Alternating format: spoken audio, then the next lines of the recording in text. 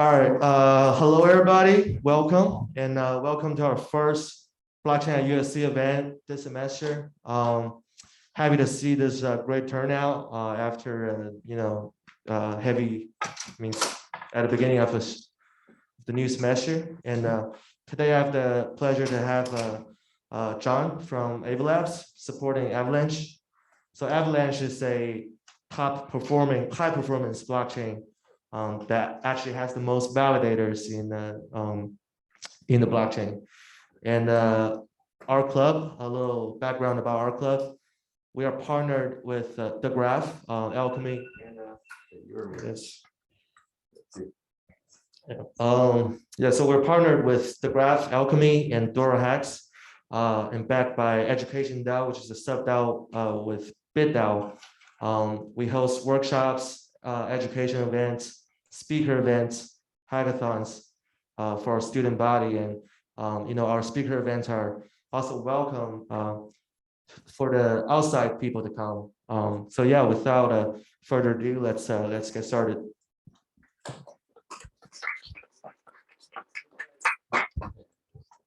Can you hear me? Is that better? Yeah. Okay, I'll just hold this thing there. Wait, hold on, maybe the mask. Does this work? There we go. Yeah, that's good. I knew this mask would come in handy. So everybody, I'd like to introduce myself. I'm Giovanni Zarur, the chairman of BusinessSC. As you guys all know, this is a collaboration event between Blockchain at USC and BusinessSC. I'm additionally the director of tech at Blockchain at USC. And we're here just to, skip the introductions and start with a good discussion. I would like to mention that John is the Vice President of Business Development at AVA Labs, which obviously develops Avalanche or the AVAX protocol. And he's also a double USC alumnus, having received his bachelor's and master's degrees from USC.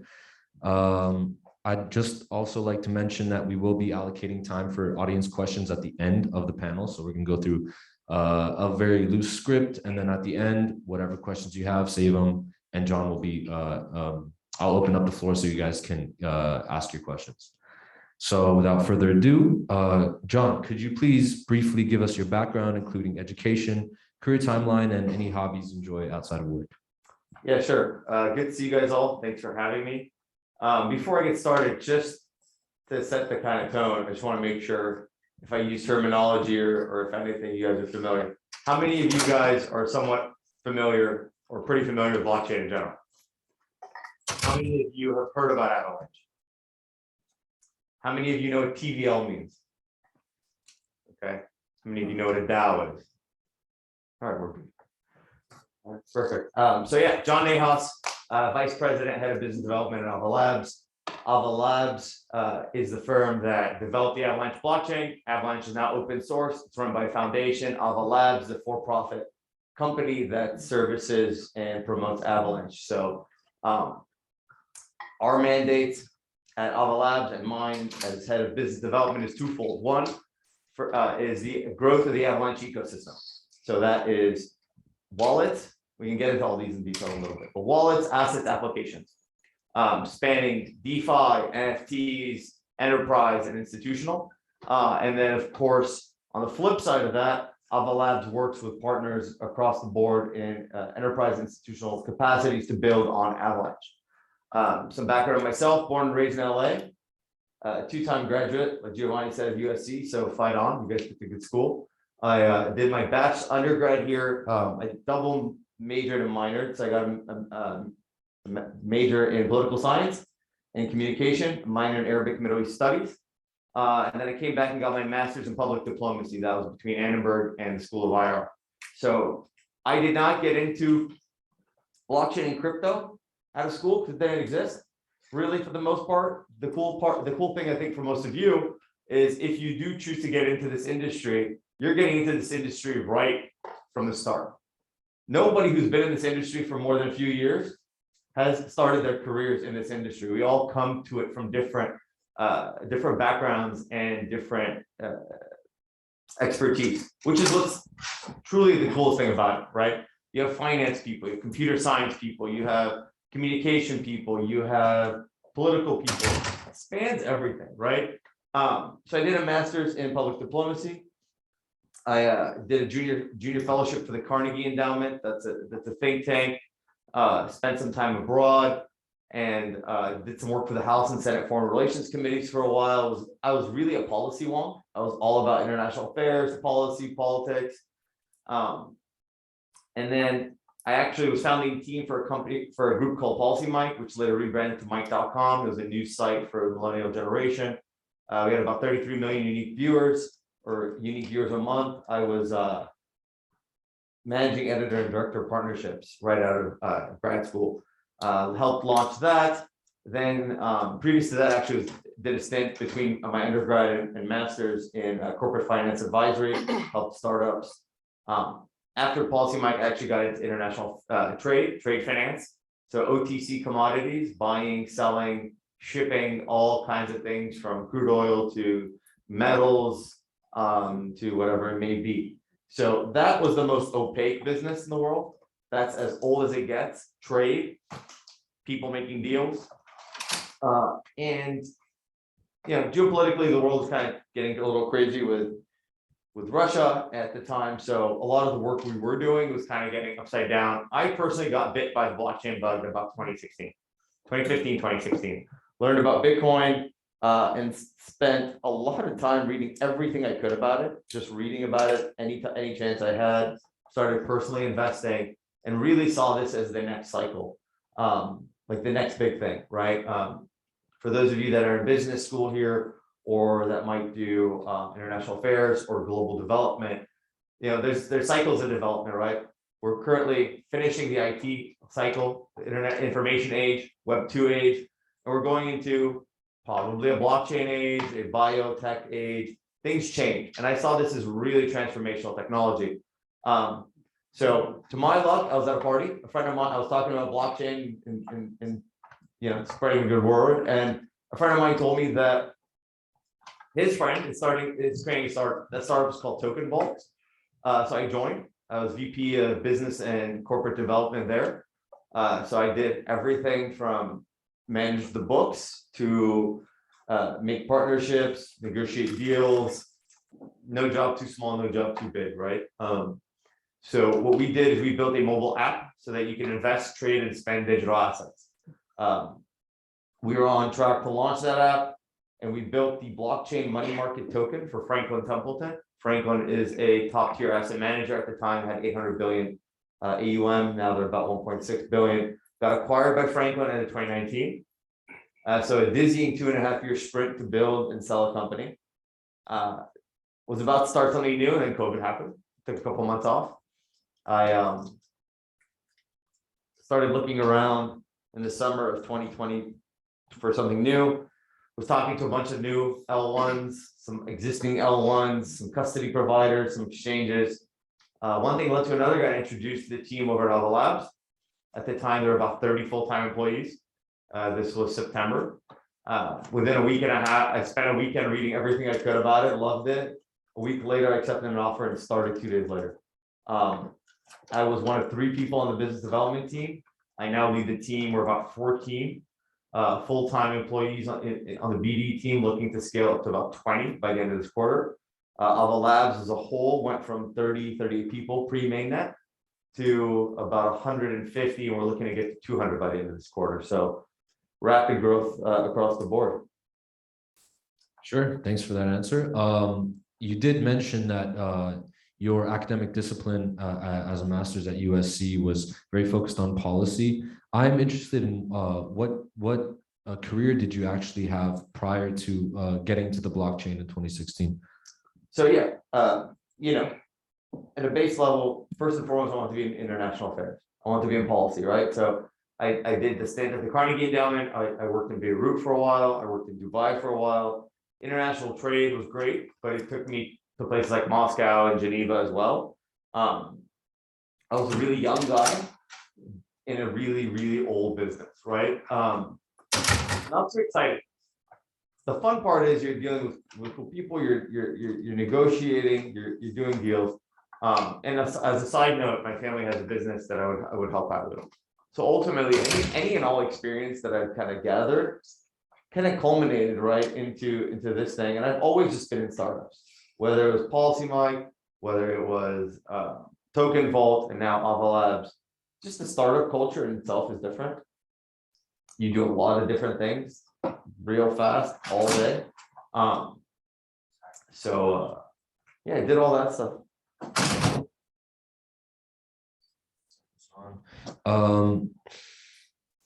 So you did mention you joined AVA Labs around summer 2020. Is that correct? Yep. At the time, that was pre-mainnet, right?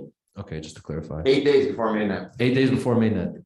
Wow. So how was it joining at that time? Was it a big rush? Not much sleep. And a year and a half later, still not much sleep.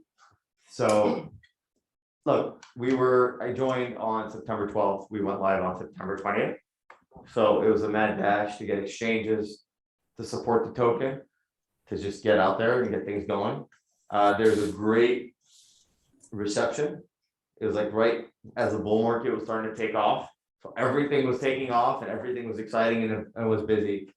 So there were basic focuses, right, that we wanted to pay attention to. First was just getting the token out there and getting people to be able to buy, sell, trade the token and start to do basic things with it. And then the task became to build the network up and get users and find activity. So we had a launch of a couple dApps around January, February of 2021. Things took off, started doing well. And then I think we had like a little 3-month bear period, 3 or 4 months where everything kind of took a lull. At which time, a lot of people were trying to do new stuff. We kind of put our heads down and focused at the firm to really execute on a strategy that would be long term, right? A lot of people in crypto try to fire bullets into the dark and hope they hit something. A lot of crypto is still, to this day, hype driven. So let me take a step back. There's two worlds in crypto. There's your crypto blockchain OGs, right? There's the people that have been in it for years and they still do things like it was in 2012, 2018, 2015, 2018, down with the system. There's some are anarchists, some are uber libertarians, some are anti-corporate, some are anti-financial services. You name it, there's a flavor for everybody. And then along those lines, right, different protocols have come across that kind of embody those ethos and different people attach themselves to them. And you get some kind of a maxi attitude there. But at the same time, now you're starting to see more of an institutionalization or professionalism come across. The cool thing with crypto blockchain is it's very innovative. What we don't want to do is be restricted by kind of the institutional side, the business side, the corporate side. So it's a balance, right, between being innovative, moving fast, doing cool stuff, but also growing up, right? So you hear about some of these schemes and some of these pump and dumps and some of these things that just for the most part might have been fine or funny 5-6 years ago, but we're not little kids playing the playground anymore. This is a mature ecosystem at this point. This is a mature asset class. This is an asset class that's being talked about in world capitals, in central banks, at the IMF, and across the board. So you've the industry's kind of arrived, and some people still haven't realized that. They still think it's uber early. It is, which I'll get to in a minute. But if you want to see it at the big table, you have to act like a grown-up. So you still have that push and pull between the kind of hacker culture, a libertarian streak, down with the system, down with the establishment. I'm sure if I was to ask each and every one of you, I'd get a different answer and opinion as to what you believe it should be. And that's what's kind of cool about it, right? Is everybody comes to this space with kind of their own background and their own vision of what it could be, because the technology does have the opportunity to deliver multiple solutions across multiple markets and really help you. So back to the story, we put our heads down and we said, how do we maximize usage? Like, exchanges are great, this is great, that's great. So we put together a plan to first tackle the C chain or the DeFi. So real quick, how many of you are familiar with how our Avalanche is set up as a blockchain?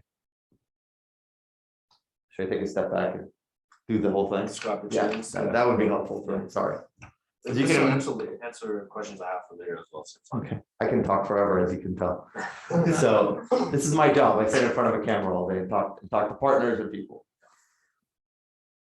Let's go back. You have your first generation blockchains, your Bitcoin, your Ethereum, they're the best. They started this whole thing. Without Bitcoin, nothing exists. You have your second generation blockchain. And the things that came out of the ICO boom 2017, 2018. What they did is they said, okay, there's Bitcoin, Ethereum. How can we make a couple tweaks and make it better? Or some of them came up with proof of stake mechanism as opposed to proof of work, make it better. A lot of those guys, frankly, aren't around or irrelevant today. That's your Trons, your EOS, your Stellar, your Ripples, your whatever it may be. With all my respect to those guys, or any of you are fans of that.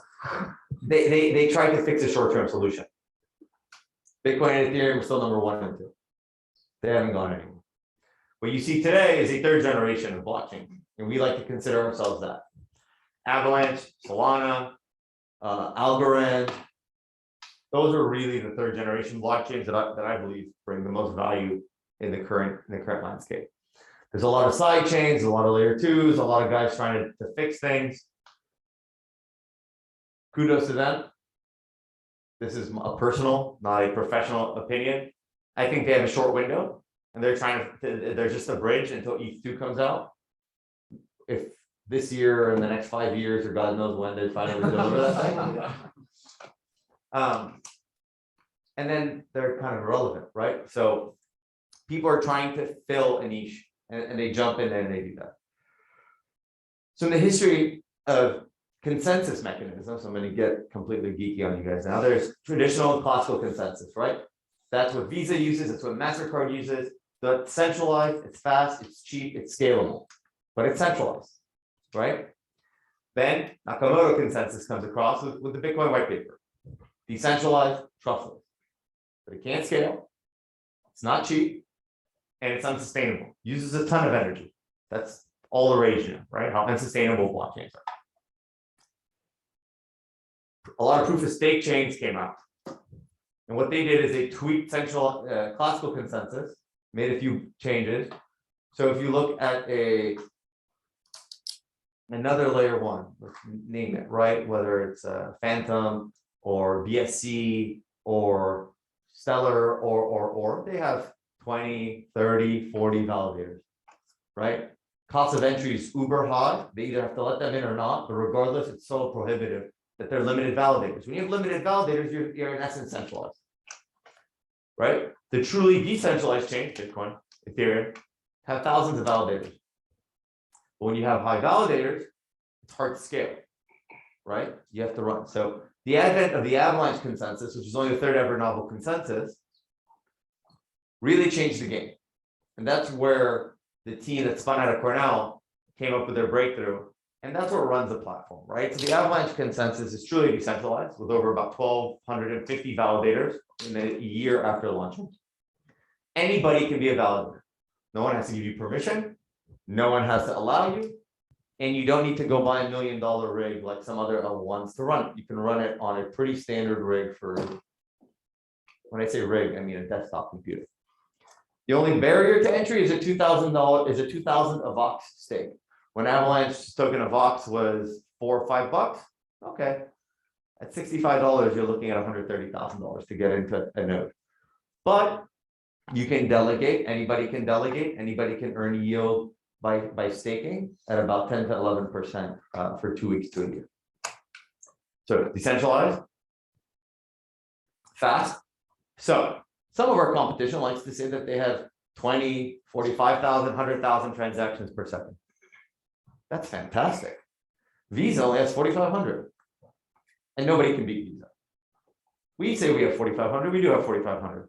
We've never tested that. Nobody's ever tested the upper bounds of over 1,000 transactions a second. These are all theoretical calculations and formations. But what really matters is not TPS. Solana says 45,000 transactions per second, and we do 30,000 of them, of which 29,800 are consensus messages. They're not actual transactions, they're messages, right? You and me do a deal, that's a transaction. I say hi, you say, how are you? That exchange is not a transaction and a response transaction. So our fees are cheap, but they're not too cheap. Because if anyone understands the security of a decentralized system, the security is tied also to the fees. If fees are so cheap, you introduce bots, they span the network, and like we've seen with some of my friends in this space, they go down. They go down for hours, they go down for days. Visa does not go down for hours. Visa does not go down for days. Wells Fargo doesn't shut down for hours or days. If we're really gonna try and at least compete, forget beat, but compete the incumbents and the established systems, you can't go down. There's no customer service that you can call. There's nothing that you can do. It's gotta work. But aside from the transactions per second, the important part of the Avalanches are time to finality. Bitcoin takes, God knows how long, sometimes an hour. Ethereum takes 6 to 16 minutes. Avalanche is sub-second. It takes longer for the APIs to make a call to the chain and pull back the transaction than it does for the transaction to actually finalize. So when you're talking payments, digitization of assets, the movement of money and value across the world, you need that to happen quick and you need it to happen near instantaneous. So we have that. So that consensus mechanism runs the primary platform. That's 3 chains. One chain is what we call the X chain or exchange chain.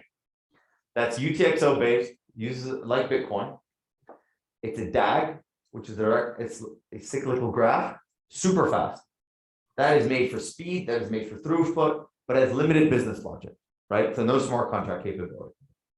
That's where AVAX or token lies. That's where anyone can mint any token they want and send it. There was some guy tweeting one day about creating a funny thing, and I said, I'll send him an AVAX if he made a Nahas token, and he did. So I just sent it to people just to bother them. Second to the X chain is a P chain. That's our platform chain. So what we did is the team did is they separated the functions of the chain. One's for sending and receiving transactions. P chain, platform chain, is for validation and delegation. The cool part of that chain, and what we're going to get to in a little bit, is anyone who's a validator and runs a node on a P chain can drop a subnet or a subnetwork, what we like to call it. That is a permission or permissionless chain on the main network that has interoperability with the rest. So if you're familiar with Cosmos, that's like the internet of blockchains. If you're familiar with Polkadot, that's like their parachains, except we're not auctioning them off to the highest bidder. Anyone who runs a node can run their own chain. So for $500,000. That's cheap. So you can run your own chain, permission or permissionless. You can select your own payment mechanism. You can choose your own token. You can set your own validators, and you can run whatever you want on a public chain. So if you're familiar with Ethereum and Quorum, the enterprise world wanted a private chain, right? Because banks and card companies are not going to run sensitive client information on a public utility or public chain. So they forked Ethereum and created Quorum, which is a permission blockchain. Problem with Quorum is no one wants to use it because it has no other interoperability with anything else except whatever runs on Quorum. So a permission subnet could be like a Quorum as if it had ran on Ethereum mainnet. So if you're a bank, you can come and say, I want every branch to be a node. I want to be B of A coin. And B of A coin creates consensus among this network and pays the fees on this network, and you can do intra-bank payments or interbank payments or whatever. Or you could say, I'm going to create a chain that deals with a specific US securities issue to trade securities, but it can only be for US residents. So you need KYC or AML to pop into that chain. You need to validate yourself. So that's the enterprise chain. Enterprise chains. Anybody could create a chain of their choice with whatever rule sets they want, whatever limitations they want, but it runs on the main chain. Anyone else can run a subnet and do a public chain. So let's say AVA or Uniswap want to redeploy on a permissionless subnet. Instead of paying the gas or the Vox, you pay the gas with the AVA or a Uniswap token or a token of your choosing. You can have 1 validator, you can have 50 validators. That still runs on the main chain. That has operability with the rest of the things going on. The final thing, and where we started this journey, was with our C chain. So when the team put together this platform, they said, what smart contract is is going to be our default? And they chose the EVM, the Ethereum virtual machine. Solana uses Rust. Others are trying different things. Cardano 6 years later is still trying to figure out how to use Haskell and do smart contracts. The EVM is not the best. Solidity is not the best coding language. The EVM is not the best, but it is the default smart contracts platform of Web3. That's the network effect.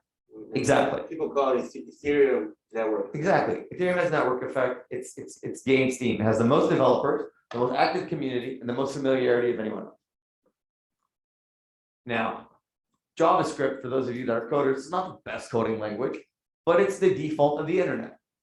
And likewise, the EVM is the default smart contracts platform. So our C chain is EVM compatible, runs on Solidity, and you can have any dApp that runs on Ethereum port over in a matter of hours. You can have it live in a day or two.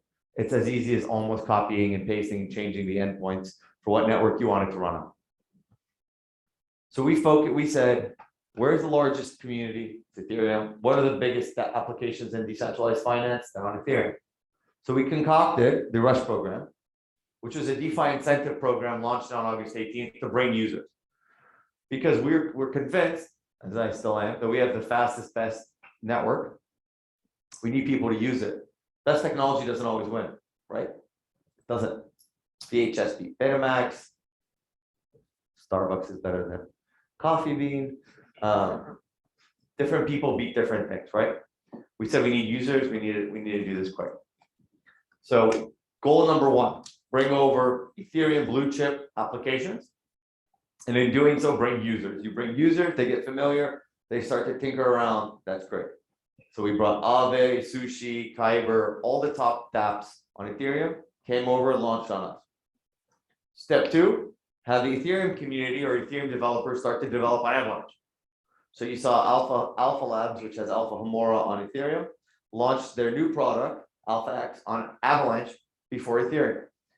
Ethereum devs are building new applications on Avalanche because it's either too expensive or too slow to do it on Ethereum. You can't run bots on Ethereum. It's going to take too long, right? Arbitrage bots or trading bots or whatever. You can't be doing certain things like flash loans on Ethereum. It's just too expensive. If the margin is too small, the fee is too big, it's prohibitive. So we started seeing new things that people had wanted to build or intended to build on Ethereum launched on us. And the final thing is the growth of the native community of applications, which you've seen with native applications across Avalanche, DeFi, like Platypus, Trader Joe, Avalanche, there's a ton. So that's step one. We brought users, we brought growth. What that meant, we went from about 200 million in TVL up to about 12 or 13 billion in TVL, total value locked.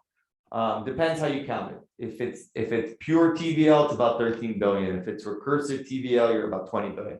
Recursive meaning if I take 10 AVAX, I deposit it into an AVE, right? I borrow 5 AVAX. That 10 AVAX deposited is a net TVL, right? Sometimes when you guys check out these sites, they show different numbers. You're like, how is it so the discrepancy? Because someone might do recursive. So they might deposit 10 AVAX, borrow 5 AVAX, deposit that 5 back in, withdraw 2.5, because you can churn yield by borrowing and lending against yourself. That's the difference. 200 million though to 13 billion in about 2 to 3 months. We are now seeing month over month active and active daily and monthly user transactions and wallets growing at an exponential rate. And we've been ticking in at about 70 to 80% of daily and monthly active users relative to Ethereum. Only August to what month are we? So not too long ago. So we've seen pretty quick rise in TVL and users and everything. The next thing going forward will be subnets. Will be the ability to show that new blockchains, Avalanche in particular, can scale horizontally, can continue to grow, and can continue to bring new applications to the market. So what's the next step for Avalanche? Like, what's the longer term vision? Is it to replace with Ethereum, or as one of the public chains that will help alleviate Ethereum's network? So you said something that I want to address, and I want everybody here to actually, if you take one thing away from me tonight, let it be this. The term ETH killer, whether Avalanche or Solana or Polkadot or everybody, is the worst thing you could call a chain. And I'm not taking offense at it. It's just a crypto Twitter, crypto media created term to cause friction, because when you cause friction, what happens? You guys watch the news, you see what's going on in our politics. Yeah. You create tribes, people get pissy, they fight, more eyeballs. No one's gonna ever kill Ethereum. Ethereum's here to stay. Ethereum was innovative and groundbreaking and brought a ton of information to the space. If anything, Avalanche stands on the shoulders of Ethereum because of the EVM that it provided, which is our smart contracts platform. The most toxic thing, before I get to the future, that this space has is maxis. Any kind of maximalism is a surefire way to fail. Because the analogy I use is, whether you're Bitcoin maxi or an ETH maxi, BTC maxis are pretty crazy. I mean, Bitcoin's what got me into crypto. I still own Bitcoin. Full disclosure, I love Bitcoin. I think Nakamoto deserves all the awards in the world. But ETH maxis, not much better. Actually worse, because they love unicorns and rainbows and peace on earth and all this stuff, but they're actually very negative. If you see them on Twitter, they love to go after people. Maxis are never going to get anywhere, because we are all in this together, and we're all a bunch of mice eating scraps off the floor right now. The overall size of the crypto market is less than $2 trillion. We are infinitely small relative to the rest of the world. And we're fighting over scraps on the floor when there's an entire kitchen full of food for us to go take. Banks, real estate, pensions, incumbents, trillions and trillions of dollars of locked value that people do not have access to, that cannot do on their own, that are bound by by gatekeepers and rent seekers and middlemen and fee takers and everything else. So if we really want to use this technology for a benefit, it's not Avalanche versus Ethereum. It's not Tezos versus Solana. It's none of that. At some base level, everyone needs to work together, build this ecosystem up together. Because if we can't get along, there's no way central banks and Fortune 500s are ever going to take us seriously. So to your point, the future is multi-chain. Absolutely. So it's not a zero-sum game, and everyone should do something together, right? So what we did is we were able to show that we are a better, faster, cheaper Ethereum. And I hope ETH2 comes out, because it will have a lot of benefit. The future is overarchingly. So I told you what our next act is going to be. Our next act is subnets to show horizontal vertical scaling and multiple applications. The future is to connect the old world with the new. You see niche chains right now, or like I like to say, niche chains. Solana does an amazing job in DeFi. They're DeFi, they're crypto native, NFTs, full degen mode, whatever you want to do. Alameda, SBF, FTX, that's their world. It's a great world to be in, but you're not going to get that many people in there. Flip side, you have Algorand. Algorand is loafers, shirt, tucked in, blazer, sometimes tie, which is great. I do that when I go to church. I put on a tie. In crypto, you wear a tie, they're gonna look at you like you're like sideways, because there's still that culture of decentralization and innovation. And if you take yourself too seriously, you're not gonna make it. Problem with that approach is, and I love those guys, I know them really well, is that they're dealing with incumbents. And the last thing an incumbent wants to do is change how they do things because someone else tells them to, and tells them the way they're doing it is old and antiquated. So incumbents utilize blockchain in two ways. They buy Bitcoin and put it on their balance sheet. Cool, boomer, right? They're cool. Or they find ways to cut costs. Usually that means fire people, automate processes with smart contracts, and make their operations more efficient, meaning they increase their bottom line. That's all they're really interested in. A lot of them, right? Some of them will fade because that's all they think matters. The guys that really get it are understanding that the future is on chain, the future is decentralized, and they're making incremental changes to get there. McDonald's tweeting about, crypto is not what I'm trying to talk about, but the companies are going to do that. The future for Avalanche is having a foot in both worlds, which we do. So we did the DeFi thing, and now we're doing the enterprise thing. and the institutional thing. So Deloitte, we are now partners with Deloitte. We're strategic alliance partners, and we built something with them on Avalanche called Close As You Go. So it's a US government disaster relief program on chain. If anyone here, God forbid, has ever had to deal with FEMA, you know that it's a disaster. They just closed the books on Hurricane Katrina 3 months ago. So if you lived in Louisiana, if you have family in Louisiana that was affected by Katrina, some of them just had their files closed out 3 months ago.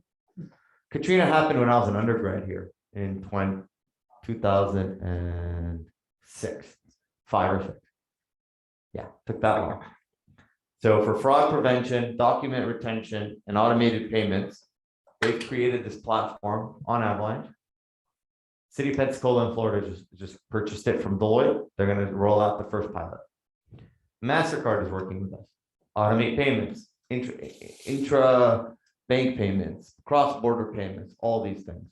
It makes no sense that a laborer in Los Angeles has to get paid a check, go to a bank, deposit a check, withdraw that cash, go to Western Union, send that money to their family, and you're ripped off for 30% from the person who's sending it. For all intents, that's theft, if you ask me. There's no reason why somebody can't have a wallet, whether in Mexico, or in Lebanon, or in Nigeria, or in Venezuela, or wherever else they're dealing with severe issues in the world with money and banks. Download a wallet and send a US dollar coin to that person. Too many people in the middle. Too many people have their hand in the cookie jar. Too many people are trying to control what you can and can't do. The goal, in a legal way, from within, is to change that. Too many people in crypto think they're going to flip over the table and change the world overnight. You can. It's got to be slow. Uber and Lyft are able to disrupt taxis. I mean, come on, look at taxis. How many of you are taking taxis? It's not hard to disrupt that. Right? Netflix can disrupt Blockbuster. Cool. If you really want to disrupt financial services, that's money, that's government. Those have armies. You're not going to flip over the central bank and make Bitcoin the global reserve currency in the world overnight. Might take time. Not saying it's not possible. You have to work within the system. So working within the system on the enterprise and in the institutional, on the incumbent side, and using the innovation here in DeFi and crypto world as a magnet, right? To force incumbents to innovate, to force them to go that extra mile, to force them to see that if we don't change, we're going to be dinosaurs. So you mentioned the MasterCard and disasters examples. Are those subnets on AVAX, Avalanche? How are they building upon it? So the Deloitte partnership in particular is running smart contracts on the C chain right now. And then the plan is with every instance that they run, each one of those, I'm blanking on the term. In each one of those deployments for like City of Pensacola would have a subnet. It would interact with the C chain and make payments through that mechanism. MasterCard, we're still scoping out a lot of things we're doing with them, so there's nothing public there that I could kind of get into specifically what we will be doing with them. We're still figuring out a lot. There's things that they think are great ideas that we say no. There's things that we think are great ideas that they say no, or they say they just can't do it yet. So across the board, there's a ton of different things. So I want to piggyback off of one of the things you mentioned about getting value into the hands of people in third world countries and developing countries, which is something that's one of my main interests when it comes to crypto. How do you think that change can happen, and what do you see in the space within Avalanche and outside of Avalanche that's happening in order to streamline or bring about that change for people outside of the Western world? Stable coins. People are like, oh, how stupid are stable coins? It's $1, but it's $1 that's a coin. It's a great business. It's a fantastic business because all those dollars are sitting in banks earning interest. Yeah. And then you're taking those stable coins and you're lending them out to traders at an extremely high interest. So if you guys ever wonder what you can get 10 or 12% on a dollar, through BlockFi, Celsius, Nexo. It's because they're lending your dollars out to traders who take short-term loans, lever up, and then either get liquidated or make a lot of money and then pay it back relatively quickly. They're basis point loans, right? That only exist for like the longer. So those guys are paying 20% interest a month or a year. So what is that a day? I don't know. Right. So that's where that is. Coinbase does it too, because Coinbase is earning. If you have billions of dollars in a bank, a bank's going to give you a lot more interest, right? Than if you have a couple hundred, a couple $1,000.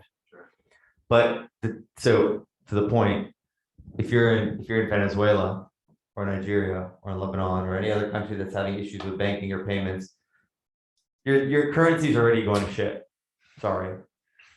I know this. I have family lives in Lebanon. Overnight, they went from being very comfortable to being relatively poor, because the bank shut down and their money went from being worth $10,000 to $10 for the most part. Can't hold Bitcoin. You can if you have the money, if you have money to save. But if you want money to live, if you want money to spend, you're not going to go to a local grocer and ask them how many sats is a loaf of bread. So no, we're not there yet. Dollars. How do you move dollars? Stablecoin. You create wallets. Anyone can get a MetaMask, Coinbase wallet, any wallet, millions of wallets. Send them stablecoins. They can go and anyone can download a wallet. Anyone can pay anyone else instantaneously. Well, if it's on Ethereum, it's going to cost you $30 to send a transaction. So, we got rid of the banks, guys. We got rid of the middleman, but it still costs more than a wire, which takes 3 days. So, okay, it takes 30 minutes rather than 3 days.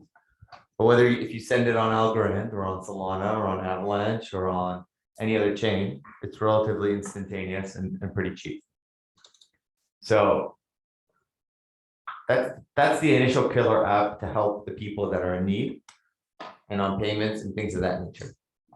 The trick is, how do they get, unless they have someone outside the country or outside sending them those dollars or the stable coins, how do you get that? So that's the hurdle. That's where governments or dictators or authoritarians have a grip. They stop you, or in the case of the US regulators, they have an ability to stop the flow from fiat into crypto, regardless if it's a stable coin or a dollar. And you're seeing that now because the regulators are starting, because they can't hammer the stable coins, right? They can't do that. Because technically it's a dollar. They're not going to poo-poo the dollar. So what do? They start to hit Coinbase for wanting to give you 4% interest. God forbid, how dare they, right? Go, Gary Gensler says go put it in a savings account for 5 years and make nothing. So they're going after the Nexos, the BlockFis, the Celsius, all these guys and telling them, hey, you can't get that much interest. That's not cool. So they find ways, but ultimately, stablecoins. That's how you. Does Avalanche have its own stablecoin? Yeah, so USDT, US dollar tether, and USDC both are native on Avalanche now. They've both been deployed on Avalanche. I work with the Circle team really close to have them deploy on us. So we're building up that liquidity there. So USDC, USDT, TUSD, which is true USD, is also live on Avalanche, native to Avalanche. And then there's a bunch of algorithmic stablecoins, synthetic or derivative stablecoins. So MIM, Magic Internet Money, if you know what that is. That's from Daniele Sistagali, who's a character in the space. Abracadabra, spell. So there's MIM, there's Teddy Cash, Frax. That's a fractional dollar. So across the board, there's choices to use. Wonderland. Yeah, Wonderland. So you've actually answered a lot of these questions on here.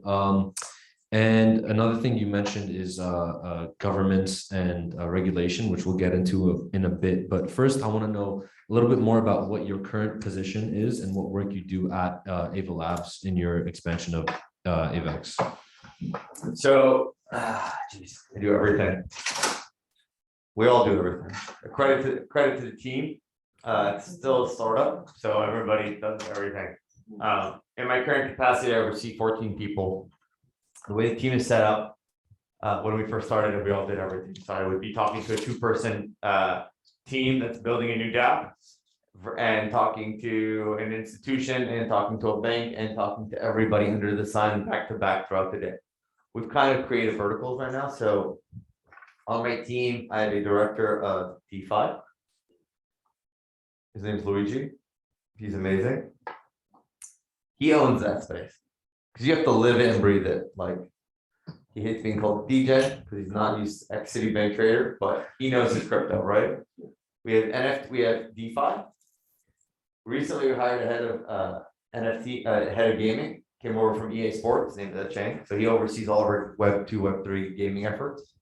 Blockchain gaming, play to earn. You guys all heard about Infinity. We've got a game on that's called Crabata that's actually in the same time frame as actually growing faster, and a ton of other AAA, AA, and single A games.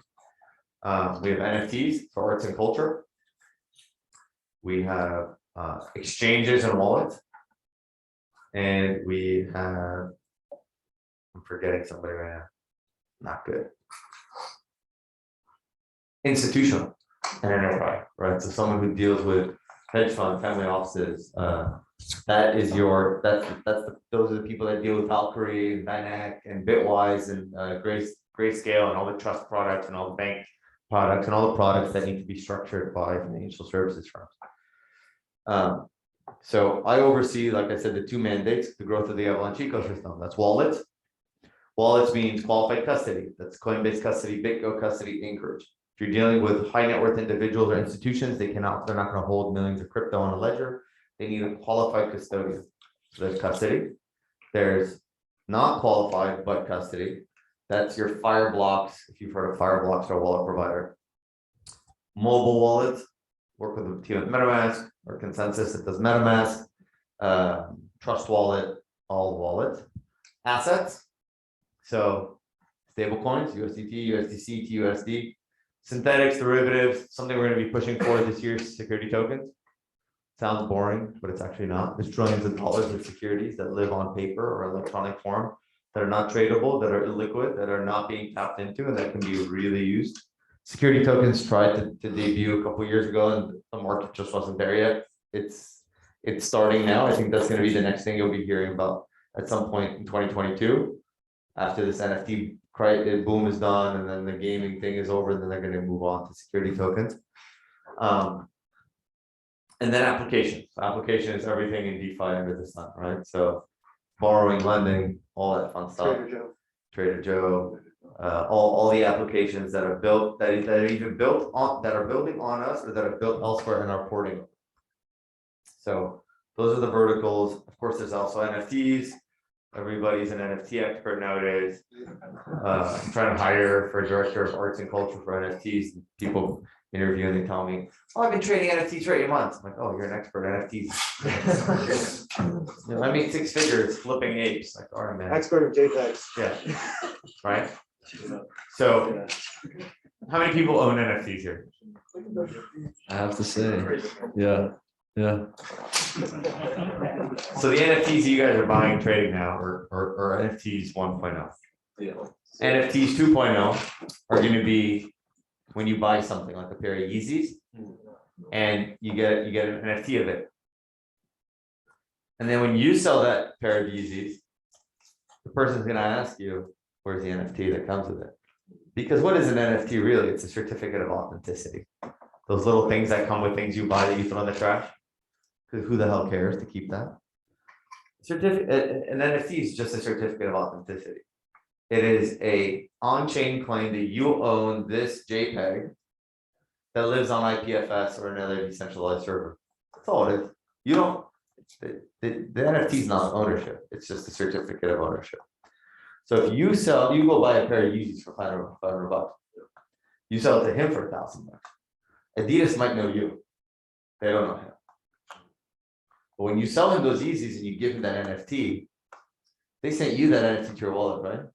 They don't know your name. They might not, but they know your wallet. Well, now they know his wallet. And the next time there's a drop of Yeezys, they're just going to airdrop him something and say, hey. So think about that. If we're going to think about privacy or whatever, Imagine instead of having to share your email for these annoying emails you have to unsubscribe from, you have a wallet that's your digital Web3 identity. That they don't need to know your name, your address, your phone number, your social, or anything. But you'll get airdrop stuff. Adidas will say, hey, we're dropping another pair of Yeezys. You're first in line, or whatever it may be. That's NFTs 2.0. NFTs 3.0 is going to be your diploma from USC, the deed to your house, the pink slip to your car, the loan docs that you sign at the bank, all that fun stuff. And all the data that's on there being churned in an algorithm and sold by bots and by trading algos instead of dudes sitting behind phones and negotiating what crappy loans to put into tranches of other loans and package them up and sell them. What's your take on the ABTs, SFX tokens? Yeah, so security tokens. Or I mean, look, it makes sense. Obviously, everything at some point is just going to be a token. I think at some point this industry is going to have to move away from the word token because it doesn't impart gravitas and authority and credibility. But why not? In essence, when you buy a share of SLVR or SLV, what are you buying? You're buying a security that's traded on a stock exchange that correlates to a piece of silver sitting in a safe somewhere. Why shouldn't that be a token? Why do I need to work? Why do I need to trade it on a traditional stock market in traditional hours? We're 24/7, 365. There's no days off for holidays. Yeah, there's no market hours. So when they say a day in crypto is like a week, and a week's like a month, and a month's like a year, it's very true. Bitcoin, if I'm not mistaken, in the next few months will have overtaken the US stock exchange in terms of hours traded. Stock exchange has been over 100 years. It's 5 days a week during trading hours. Bitcoin is 24/7, 365. So in about 10, 11 years, Bitcoin will be traded longer than the first stock on the US stock exchange. So it's crazy to think about. You briefly mentioned the NFT 3.0 tangent and how they can be used for digital identities, essentially, right? Your USC diploma, for example. I know you talked a little bit about, you have your own opinions about Cardano, but one thing I did see they're doing is, I don't know if you saw it, a project in Ethiopia where they're actually developing digital identities for the academics of students in Ethiopia. Have you seen that? I have not. So Yeah. I mean, do they have smart contracts here, guys? I'm sure they do. There's 10 of them right now. I don't have anything against Cardano. They have very, very big ambitions, and sometimes you need to just deliver something before I want to fly to Mars. Right. But if I can't get to the moon, then I definitely can get to Mars. If I can't even get into space, cool, right? Like, I mean, sorry. Also, I don't understand why the 32-year-old dresses and acts like he's a 50-year-old professor, but I guess that's the shtick. So when you talk about digital identity, that's something that everybody's looking into. And so we all know NFTs. Think of NTTs. You'll start to hear about NTTs, non-transferable tokens. That's a token that is assigned to you, that belongs to you, that you can share, but you retain ownership of. That's your digital identity. That's your on-chain identity, right? You can share their contract address with somebody, or you can share a token with them that allows them to see your information, but they cannot own it. So when you log on to your bank account, or you want to open a bank account, or you want to apply for a loan or a car, buy a car or whatever, instead of filling out all these forms, and then they own your information, then they get hacked, and then you get an email apologizing that they got hacked, and you're gonna get 36 cents in the mail in like 4 years as a sorry. You share your NTT token. Send the token, it goes in there, everything's validated on the back end. The dude sitting on the other side of the desk doesn't see your information. No one can hack it. It's done. That's where we're going. Not there yet. That's where we're going. So, as part of your task as a VP of Business Development at AVA Labs, I wanted to know more about the game plan you guys have for actually expanding the ecosystem into Fortune 500s and traditional institutions, because I know they are increasingly now looking at cryptocurrencies, especially Bitcoin, but Avalanche as well, of course. So what is that? What is your strategy for that?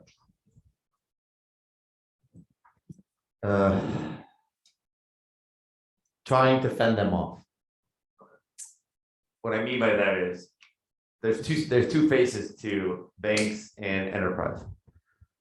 They publicly are questioning cryptocurrency and they're not sure of its value, how serious it is, and oh, it's a dangerous asset class and be careful. They say that. In reality, they're chasing us. They call us. Any bank I talk to knows about Avalanche, Bitcoin, Ethereum, the ins and outs of everything. They have researchers going over this. They have analysts seeing how much money or how many basis points they can save on trades. They're looking at every single angle, and they're looking at every single way that they can incorporate it, use it to save money or make more money. They're not fools. They might act like they are publicly, but they are as well versed as anybody I've spoken to. However, there are the skeptics, and there are just institutional boundaries, right? So some people are still not comfortable. So whether they're in it, like a lot are, or looking at it, or still trying to learn, everybody's eventually going to get there. Some of them might say, yeah, we really wanted to be doing this by next year. It's on our roadmap, but our shareholders are more conservative, right? Because at the end of the day, public companies are beholden to shareholders. And when Warren Buffett says Bitcoin is rats, or Charlie Munger says Bitcoin is rat poison squared, people with their money in a pension fund listen to Warren Buffett or Charlie Munger. They don't want their CEO of Bank of America or Wells Fargo or Goldman Sachs or Jamie Dimon to be putting their money on magic internet money. They can't compute. So I think it's a learning curve, more so for the population. And then once that's there, so that's what you're seeing, right? Too, you're seeing the dichotomy.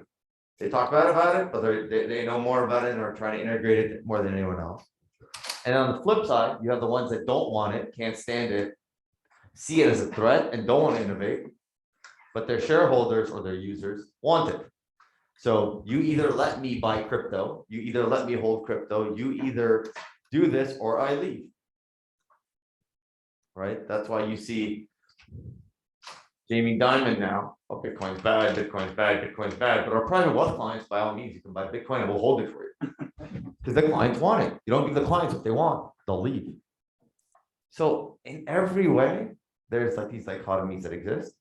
How we deal with it is we work with them. I'm not going to go in there and say, you're wrong. Let me tell you how we're going to make your company better. Gradually, right? Slowly, then all of a sudden. So no two partners are the same. No two conversations are the same. Just take time. What are the biggest obstacles when it comes to crypto regulation, and what would you and other leaders in the blockchain industry actually like to see in dialogues with the government about just regulation in general? I think we need to take everybody in Congress from both parties, put them in a classroom like this, and teach them what it's like to live in 2022, because some of them still live in 1984. Right. Some just don't get it, right? So it's hard to deal with lawmakers who simply don't get it. However, there are some that are great in this space. Cynthia Loomis is a senator out of Wyoming. She'll talk me under the table in a minute. She's amazing. There's some very progressive people in terms of technology. A lot of people on the right side of the aisle that are very much libertarian and pro crypto. There's people on the left side that see it as a way to alleviate poverty and bring people up. So crypto is actually a very bipartisan thing in a good way, and a bipartisan thing in their hatred of it too. Some people are paid by incumbents, some people want to help people, right? So the difficulty is just in teaching. So in a previous role, when I was at Token Vault, we had to get money transmitter licenses. That's the license that states give for you to be able to give money. So right now, if Gio over here wanted to send me $100 worth of Bitcoin and I give him $100, that's actually a money, we would be conducting a money transmission because I'm changing one money for another. Only banks can do that. And you can go to jail for that because you're a money services business. So when I would talk to these guys to get licenses for Token Vault, they'd be like, oh, you're working in that Bitcoin business. The people who are regulating us had no idea what we were doing. My job, instead of being like, this is how the funds flow, user uses his card, goes to the bank sends it to the payment processor. The processor sends it to an exchange, the exchange converts it to Bitcoin, it goes into their wallet, and then we can transact in a closed system. Instead, I was giving them blockchain 101 lesson. Yeah. These are the banking regulators of Idaho, the controllers of Tennessee, the whoever it may be. So you're in that Bitcoin business. Yes, we're in that Bitcoin business. Explain to me, how does that work? I would explain to them how it works. So that's what you're doing? Oh no, we've actually built an application that uses that technology. Yeah. So the biggest problem with regulators is them also living in 2022. In their defense, today is Wednesday, right? Yeah. Monday was a different day than today in our space. Things change fast. New things are innovated every day. Right? The guy who created Wonderland loves to create memes, so he created abracadabra money, and then his stable coin was magic internet money. He does these things on purpose because when Congress had their hearings on stable coins, you had a senator out there, I think it was Sherrod Brown, saying there exists a thing called magic internet money and abracadabra, and what is this nonsense? He doesn't realize he's being trolled, and then he fell into it. But they need to just understand it. Sure. And the ones who do are its biggest champions, and credit goes to them. So we just have a couple questions left before we go to the audience.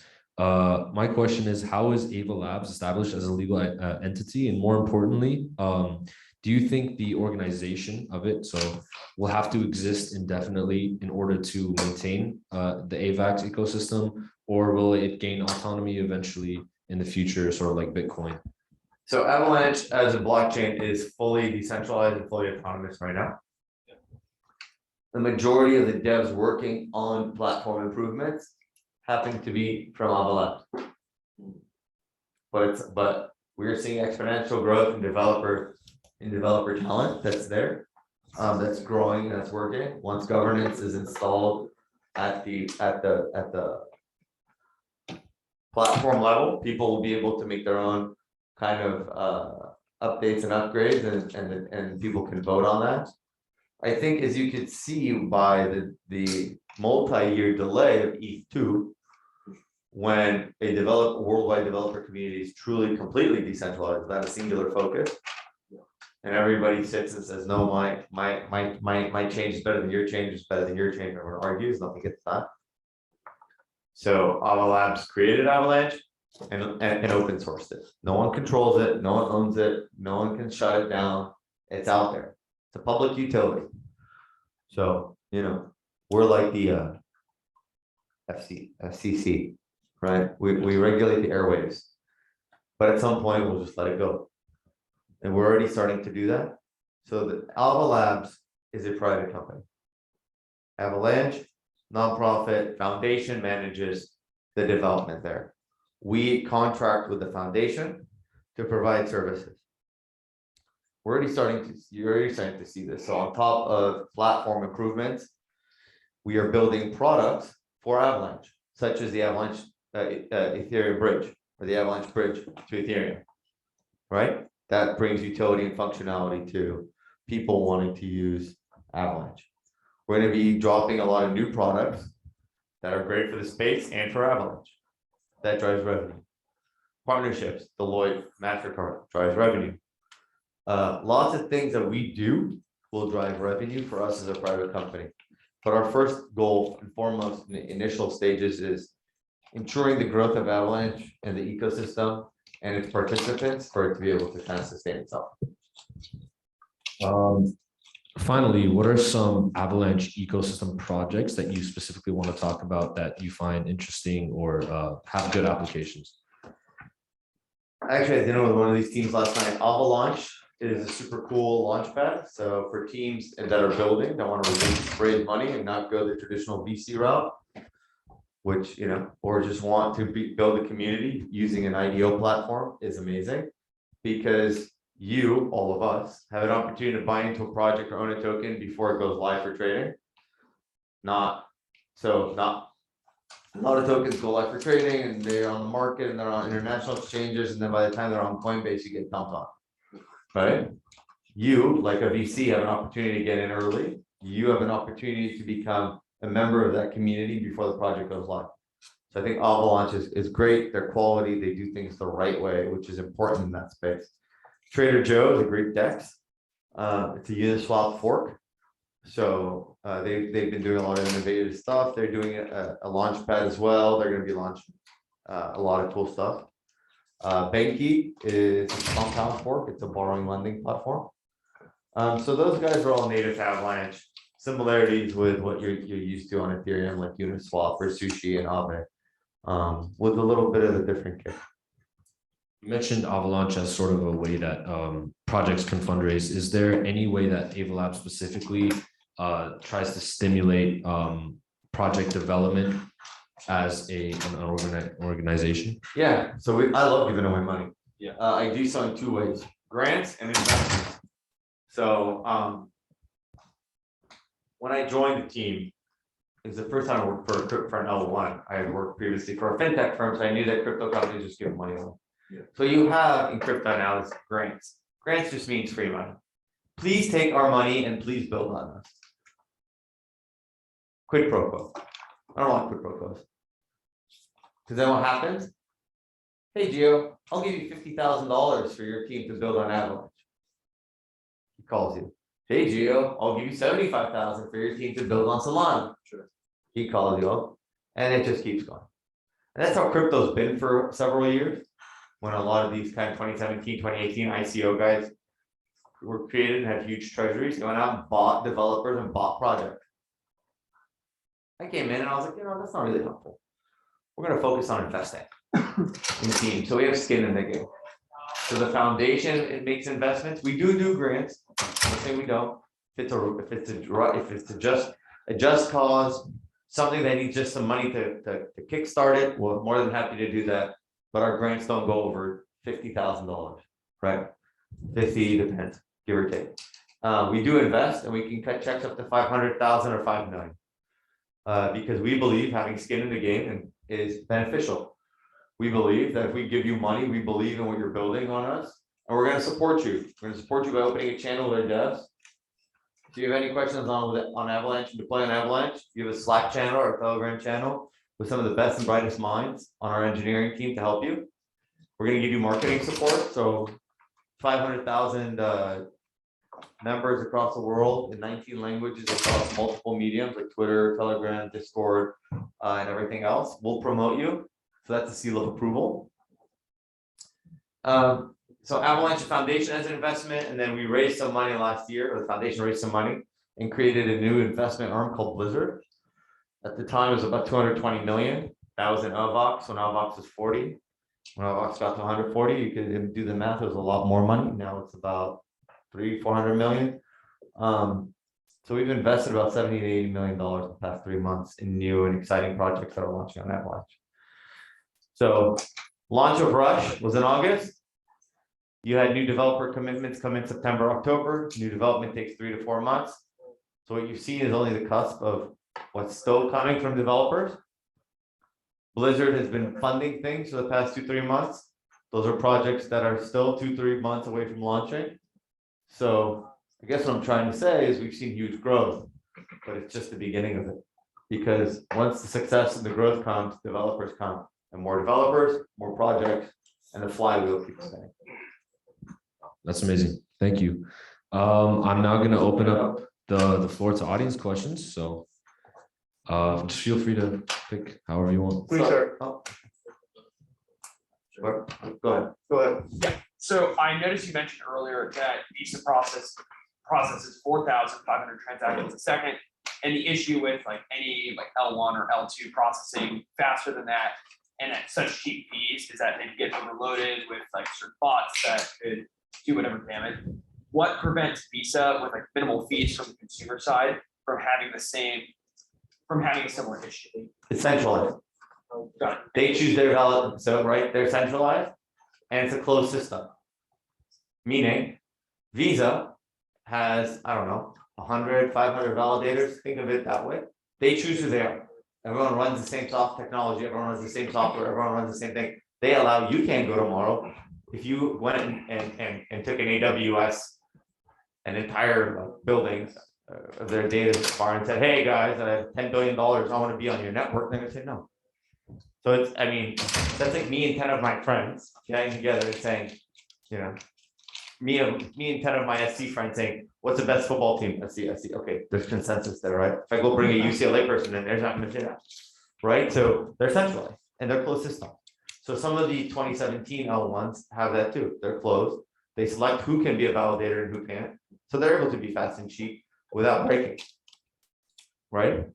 It's when you get into the decentralized nature of it, right? When anyone can be a validator and fees are way too cheap and people can span the network, do you have the break?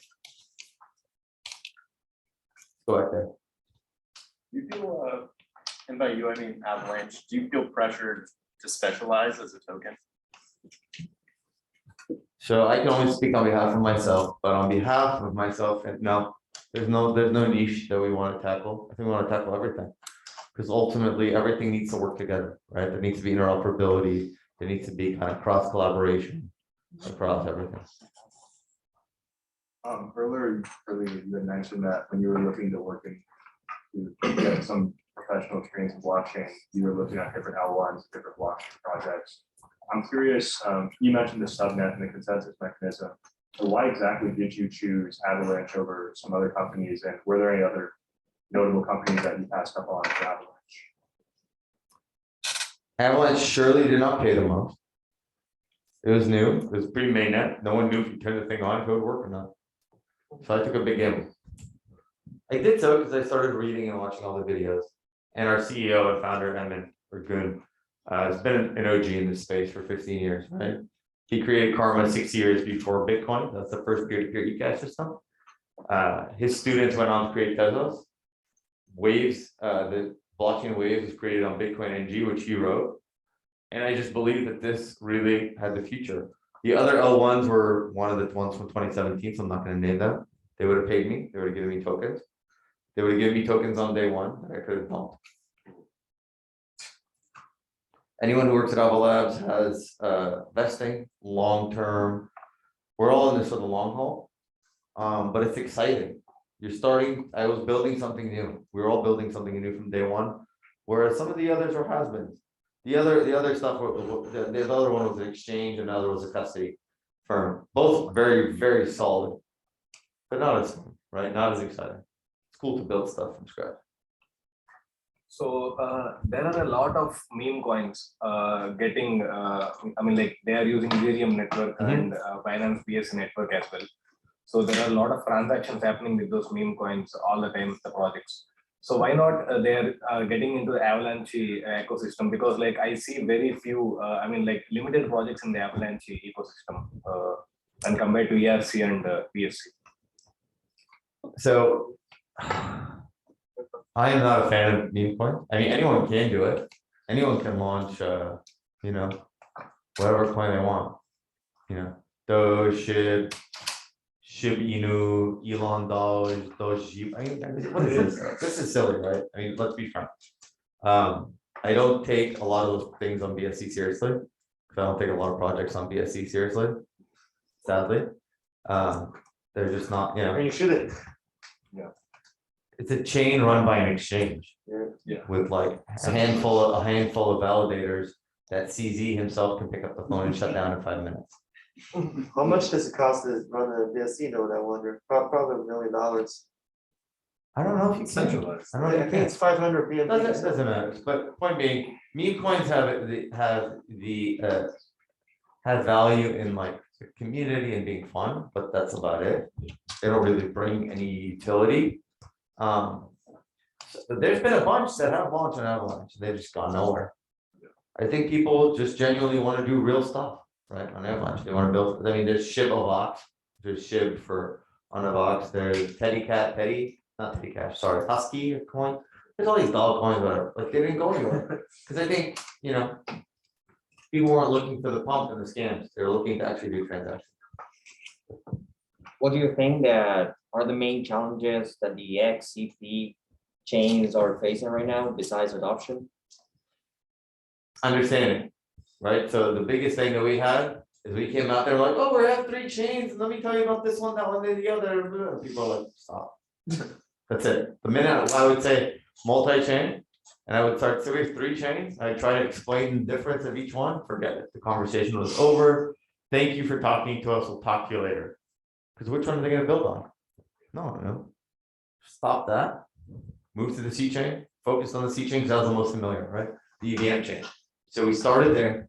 Now you add P chain to the conversation. Now you tell them, hey, create a sub network, right? That works. You can use USDC on C chain. You can use smart contracts on C chain to interact, and then eventually you tie in the X chain for payments or for other things that are faster. We had to do it one by one because altogether just went over people's heads. In the builder and creator communities, I've noticed a large uptick in like low code, no code applications as well. Do you see a future in blockchain kind of implementing that for DApps? I hope so. Right. I definitely think the barrier to entry needs to be lower. I think it needs to be easier. I think you're starting to see a lot of kind of Web 2, Web 3 synergies, like a lot of kind of cookie cutter ways to deploy dApps. There's some great projects that do this, right? Like just like you guys are probably young, but like back in the day, there used to be the app creators, right? Where you can like just build an app in a minute. Should be there are companies now doing build an app in a minute. So I think you'll get there. I think the more complex it gets, you'll launch. No doubt with it now. Thank you for coming. Where do you see the future of initial litigation offerings on Avalanche? And also, do you see any projects right now that you think will onboard as many people as Wonderland? So the question is about initial litigation offerings, what we call ILOs. So we just did a fundraise. Oh, we did a company called Rival that's run by a law firm did a crowd fund for a law firm. So if you're aware, if you want to go sue somebody that's really rich, a government or a company, it takes a lot of money. Some attorneys can take contingency, they'll take 40% of your money, but even then there's a lot of cost. And if you're suing a government or a major corporation, they have deep pockets and you don't. So the cards are already stacked against you, right? Initial litigation offering allows you to do like an ICO or a token sale so that you have a stake in that lawsuit. And if that person wins, you get a proportional payout of the reward. I had a lot of arguments with legal counsels over, is this a security or not? Technically, it's not. And the reason it is not is because, yes, there is a shared interest for a profit, potential profit, but it's actually a wager, not an investment. So you're wagering that you believe they will win that lawsuit. You are not investing in a business that it will return a profit because you could get zero. The fact that it's a binary choice, you win and you get paid or you lose, for now makes it not a security. For now, meaning lawmakers can always change the law. I think there's a lot of potential there. We did a proof of concept, it worked, it sold out, it did great. But I think we need 2 things. One, a lot of education, because it's not an easy thing. That's a business that we don't run. That's Rival. Rival needs to really go out there. They need a sales team to go out to all the class action attorneys and everybody else and sell this to people. And 2, that needs mainstream adoption, because right now hedge funds and private equity firms finance lawsuits. crypto degens aping into 43,000.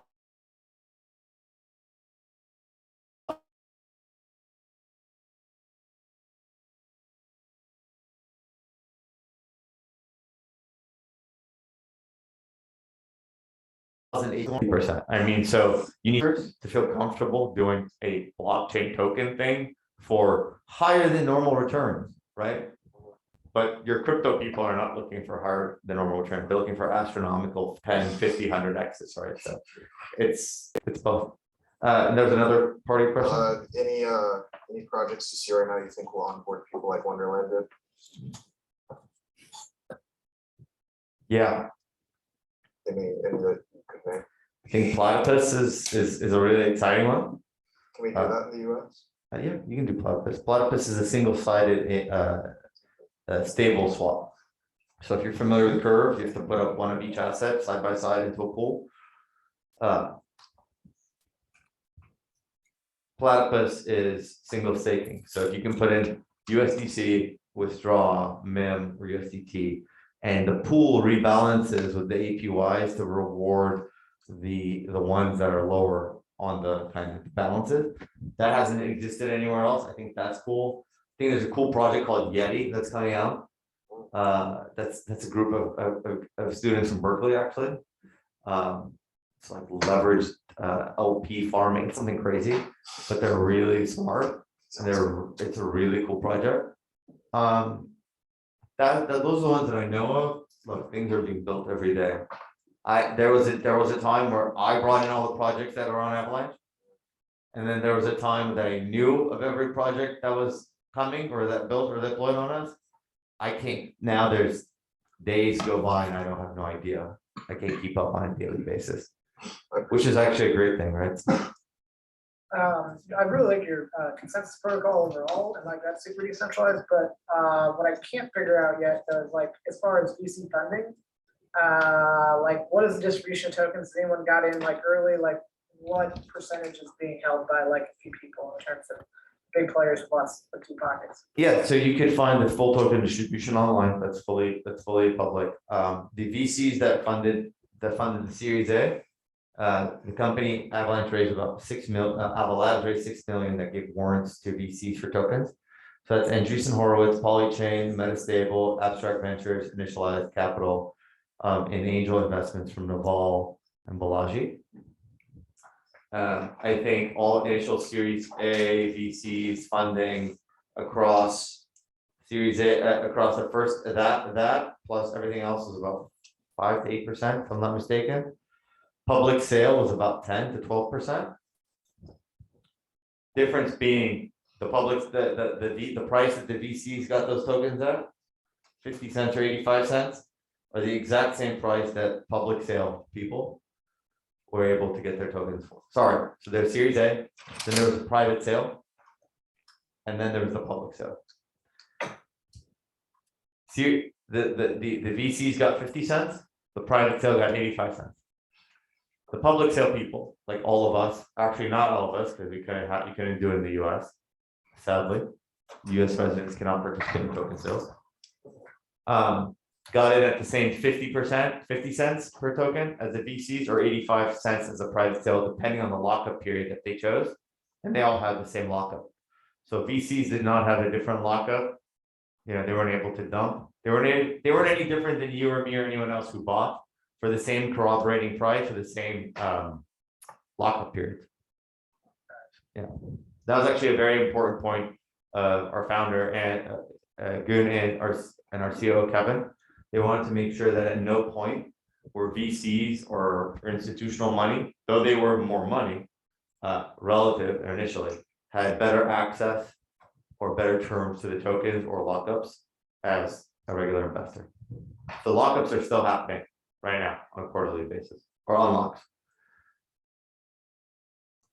Just a little bit more of a broader question, particularly concerning like your history jumping from unrelated field into crypto. Crypto as it exists today is pretty technical, like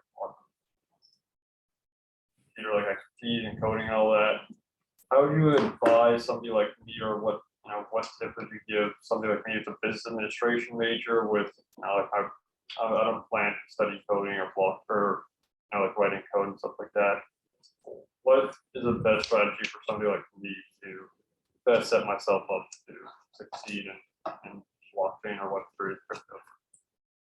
If you put $10 million in front of me and told me that's it to tell you what one line of code means, I couldn't do it.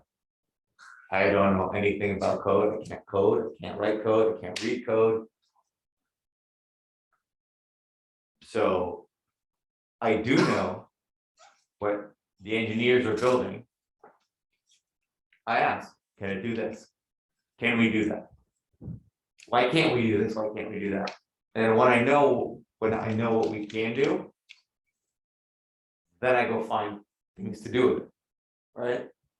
I have a poli-sci and a comm background and a master's in diplomacy, right? Like I don't come from the computer sciences world. I don't come from the consensus world. I don't come from the engineering world. I do come from a world that says, here's a problem, let's go build a solution, right? How do we create a solution? How do we build a business using this technology, right? Elon Musk, he's an engineer, kind of. Well, he didn't create Tesla, right? But he sees the vision. So there's always the builders and there's always the people that make the connection. I'm gonna be cheesy and tell you to go read Malcolm Gladwell's Tipping Point, right? There's the experts, there's the salespeople, and there's the connectors, right? Experts build something, connectors find the way it matters and connect builders with users, and then the salespeople go out there and sell it. I sound like a salesman. I actually hate sales. When people hear business development, they think we do sales. We're not selling anything, except for we're not selling a product, we're selling ideas, right? But business development means I develop business, right? That means he's got a great idea. He's got a great team. These two should meet and build a product that solves that guy's problem, right?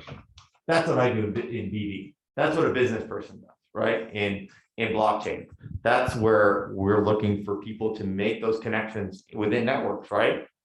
Is to take the technology, which otherwise would have no use, and find uses for it. To take this team that needs funding and introduce them to these guys and have them fund each other, right?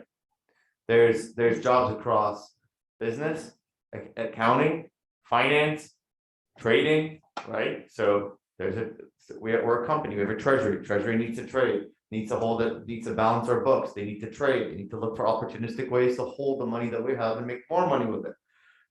There's comms, there's marketing, there's a million different things that go into running a business that utilizes a technology. I actually have a question, kind of, it's a really question. So do you think Web3 companies should run same management structure or Web3 funds as Web 2.0 companies or funds do? No, I mean, I think you're seeing that with DAOs. I think what DAOs are doing now is just a tip. And it's, of course, like with everything, they're gonna just maximize ways to make a lot of money real fast. But a DAO is no different than an LLC. But instead of all of us knowing each other in a company and sitting at a boardroom, we'll sit down in a company and we vote by signing transactions. Great. If anything, COVID accelerated that. But here and there. Go ahead.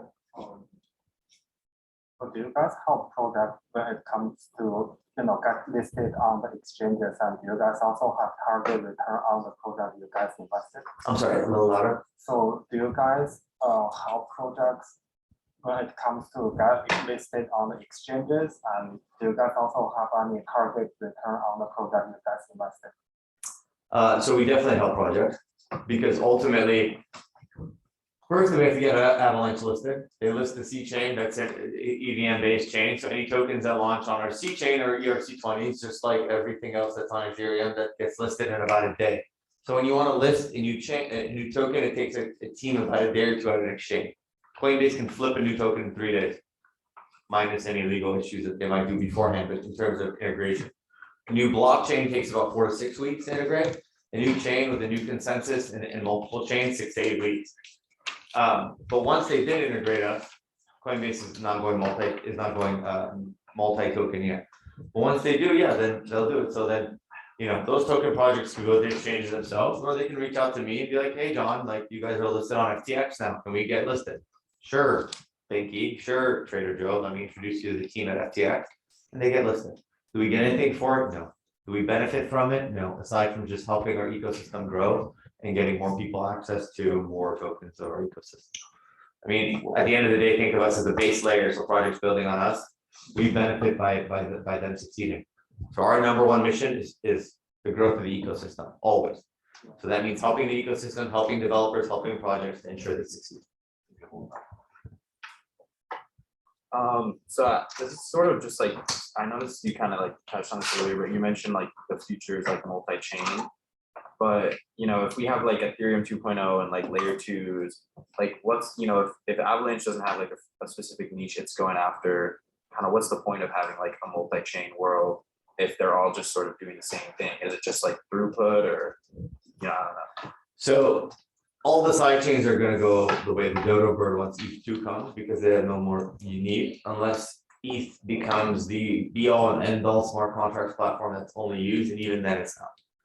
So back to the original point that I said about us being mice fighting over crumbs when there's an entire kitchen outside. If you told me tomorrow everything's gonna go blockchain, there aren't enough blockchains to do everything in that. Ethereum, Avalanche, Cosmos, Solana, Algorand, you name it, the amount of transactions that would need to be done and the amount of use cases and the amount of things, there's no single chain that can handle it. Period. End of story. So some need niches, but right now the fight is not for the niche. Right now the fight is for adoption. So right now we're all trying to get the technology adopted. Once we hit a full tipping point, then we can all pick the seat in the restaurant that we want.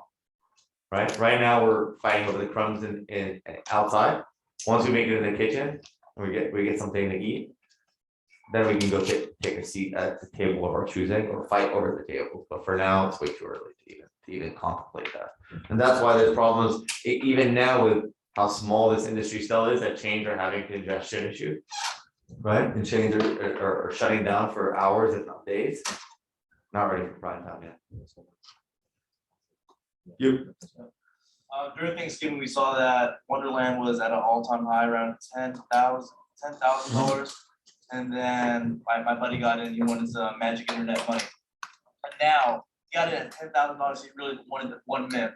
Now it's around $500 to $600. And he's gone to grad school, law school, so congratulations to him.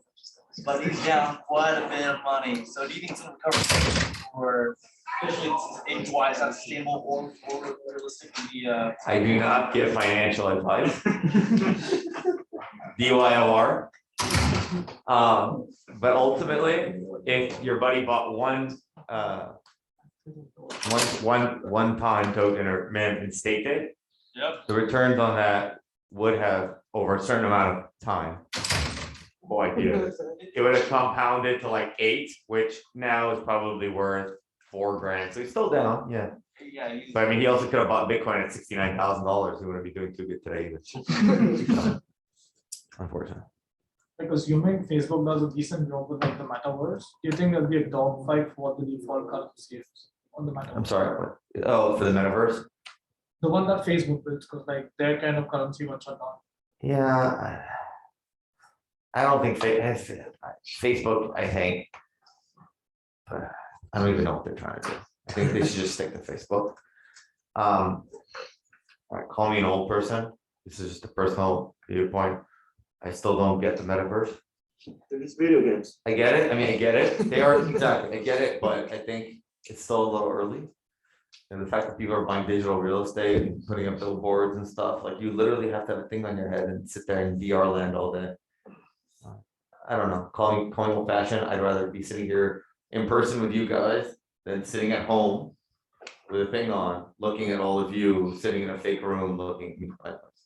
That's just me. So I'm not the metaverse guy for you. My head of gaming can't talk to you about it. There are amazing things we can be doing, of course, and they will. I think that's, if crypto is still early, that stuff is way early. Right? Based on your experience with dealing with regulators, do you think we'll need to make a new branch, like a federal branch, or do you think that SEC could take on the task? They're still using the Howey test, or do you think maybe just by making like a new type of test would be good? So common sense would dictate that yes, a new agency would be the best thing.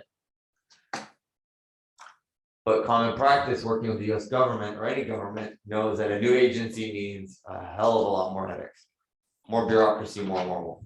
The biggest problem crypto has now in regulations is not as much the regulators not understanding, but regulators fighting amongst themselves as to who's going to regulate. So they're kind of. Yeah, the CFTC and the SEC are fighting each other as to who gets to regulate this thing, because whoever regulates it has more power and more authority, and whoever has more power and more authority gets more funding, and the wheel goes, right? So yeah, the Howey test is a good temporary step, but the SEC can't handle this.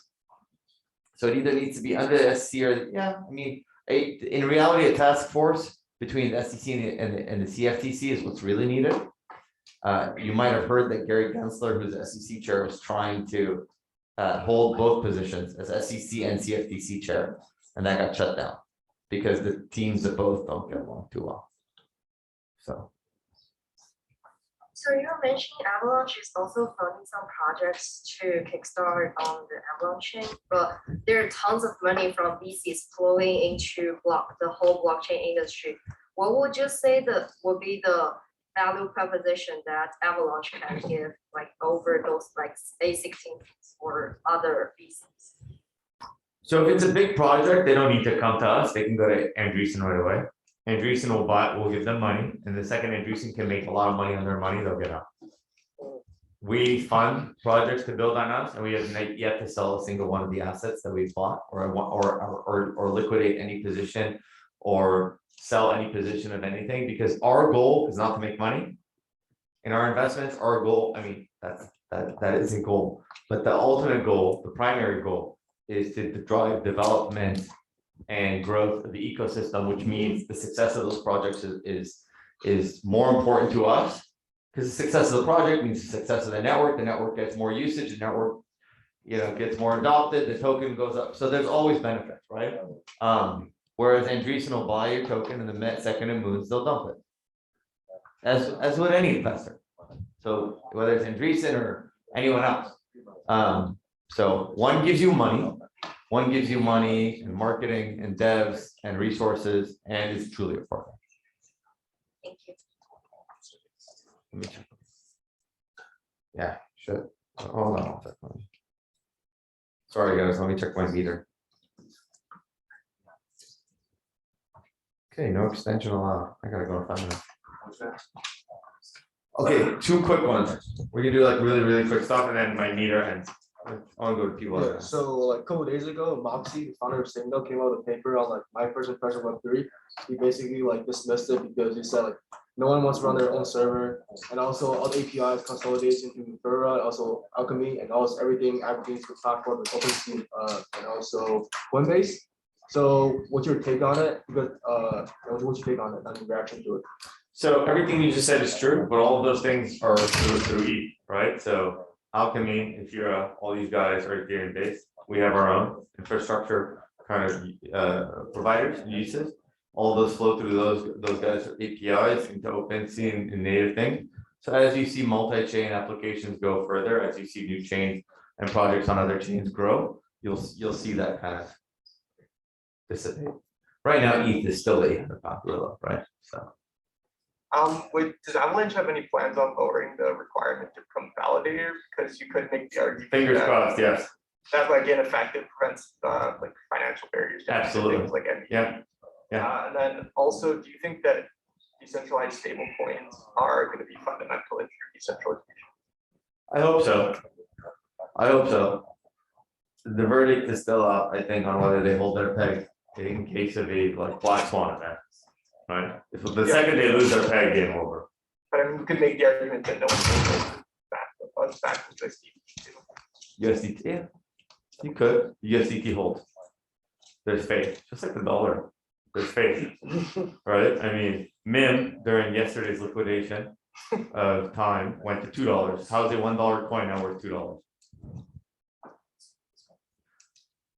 I noticed you guys have like a Chinese account on WeChat Mhm. platform. Like, I wonder what's your guys' like strategy or goals in Chinese market? Because since China is like banning crypto, like, yeah. So we have a separate team to run China. It's the Avatar team. You can find them online. I do not oversee China just because China is its own special market, and that team runs China and the WeChat. I don't know what's going on there. But I mean, we're pushing ahead. We support a lot of builders. Whether China is banning it or not, there's a ton of developers and they're still building, and we're funding them and supporting them to build, whether they're based in China or not. So more than happy to help them expand. The Chinese market's huge. Even Chinese exchanges that have closed shop and moved away are still, there's still a lot going on. DeFi's alive. Yeah, that's true. I had a question about something called ISPO. Does AVAX plan to offer initial stake pool offerings? So my expertise is in Cardano. Okay. And I was able to like do an ISPO where basically I can stake pool offer and redeem native tokens on the blockchain. I was wondering if AVAX has a capability. So it's basically a way to crowdsource investment VC funding for a project that's being built on the native chain, which if I'm not mistaken is kind of similar to what you were talking about, like subsets on the C chain. No.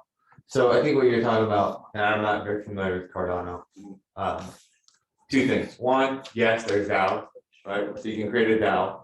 And then people can crowdfund and do, that's what they did with what they're doing with Prime and Magic Internet Money.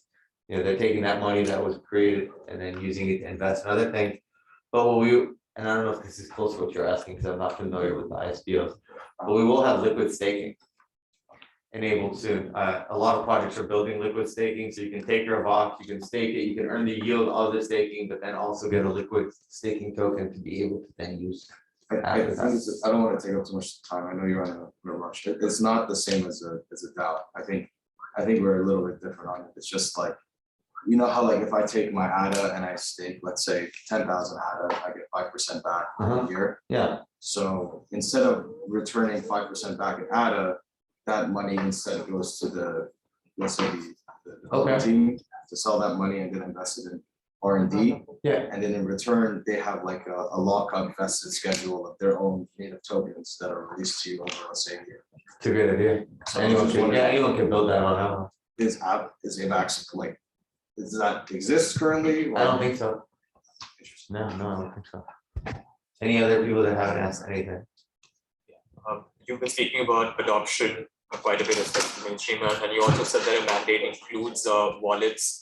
So a lot of the chatter around adoption is that the like important bottleneck in user experience is getting people to get like a first wallet onboarded. So do you have any thoughts there on like what kind of future wallet applications, what kind of features they might have, how this user experience can be significantly improved? The most important feature that I'll tell you is getting rid of seed phrases. Right? So, and I'm going to end with this. I apologize because I put 2.5 hours on my meter. If I were my undergrad and grad school days or any test, I will probably leave here with another parking ticket. And DPS will find me, and I'll probably owe them money for previous parking. You'll pay with Cardano.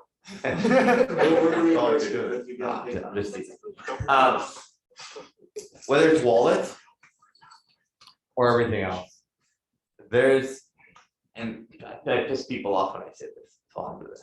There's an elitism to crypto people. And what I mean by that is, look at us with our Web3 stuff. You have to download a MetaMask. You have to write down a seed phrase, but don't lose that phrase, because if you ever lose it, you lose your money. But don't put it on anything electronic because it could get hacked. So write it on a piece of paper, but put it somewhere where it can't get destroyed by water or fire. Like what? Like think about telling somebody who's in need of an application to save money or get away from a current banking system to do all the things I just said. It sounds stupid, right? It sounds crazy.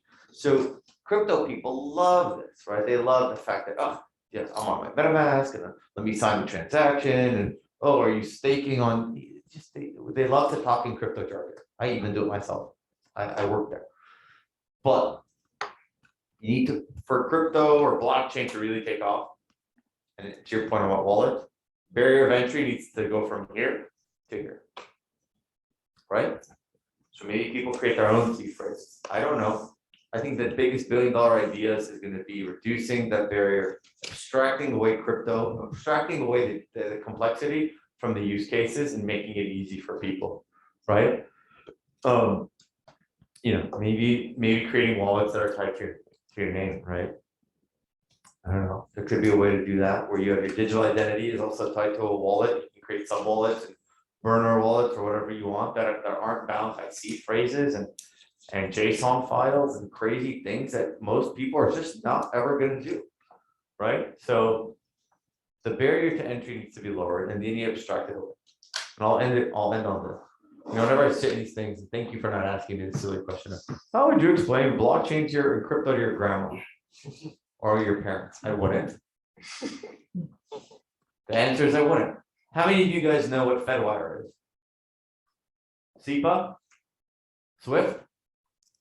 ACH? Okay. Those are the rails that the banking world globally work on and domestically. I would say for Bitcoin or crypto or whatever to finally arrive, the answer to the how would you explain crypto to your mom is I would not.